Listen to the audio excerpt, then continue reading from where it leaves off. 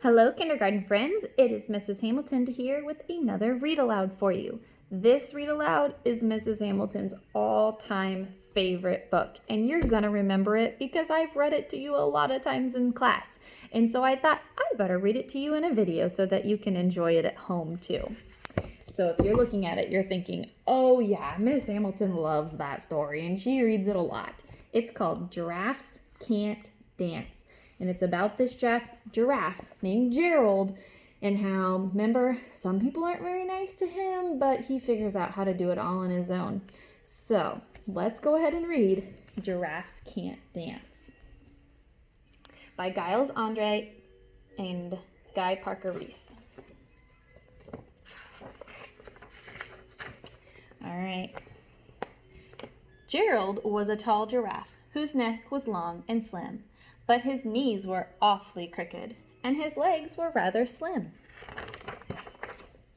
He was very good at standing still and munching shoots off trees, but when he tried to run around, he buckled at the knees. Now, every year in Africa, they hold a jungle dance, where every single animal turns up to skip and prance. And this year, when the day arrived, poor Gerald felt so sad, because when it came to dancing, he was really very bad. How are you? Are you a good dancer? Or do you might feel like Gerald?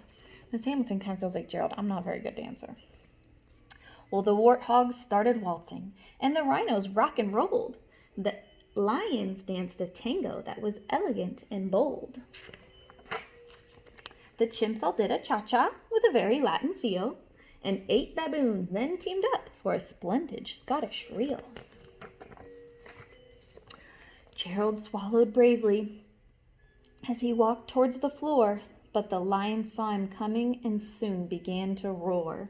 "Hey, look at clumsy Gerald," all the animals sneered. "Giraffes can't dance, you silly fool. Oh, Gerald, you're so weird." Now we talk about how that is not a nice way to talk to a friend. Gerald simply froze up. He was rooted to the spot. "They're right," he thought. "I'm useless. I feel like such a clot." So he crept off the dance floor and started walking home. He'd never felt so sad before, so sad and so alone.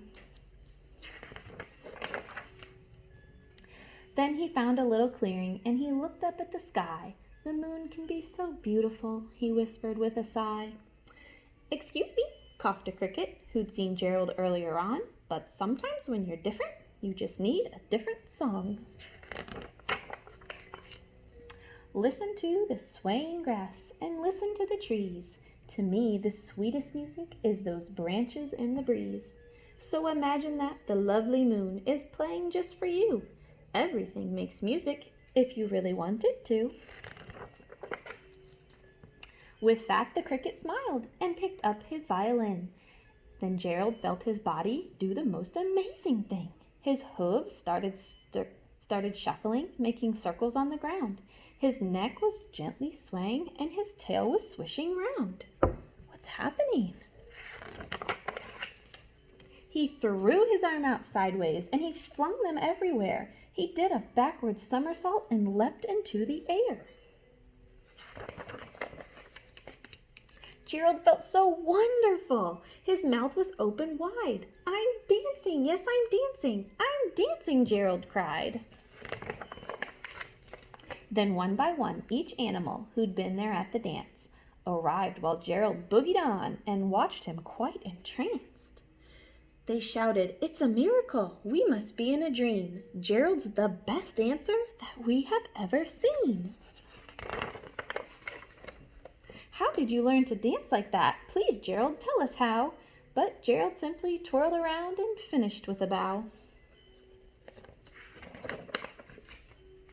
Then he raised his head and looked up at the moon and stars above. "We can all dance," he said, "when we find music that we love." The end. That was a pretty fun story to listen to. I want you to go back, if you have time, watch it again and see if you can pick out any rhyming words. This book is full of rhyming words. They rhyme on every single page. So see if you can hear it if you listen to it again. Listen for those rhyming words. All right, guys, have a great day.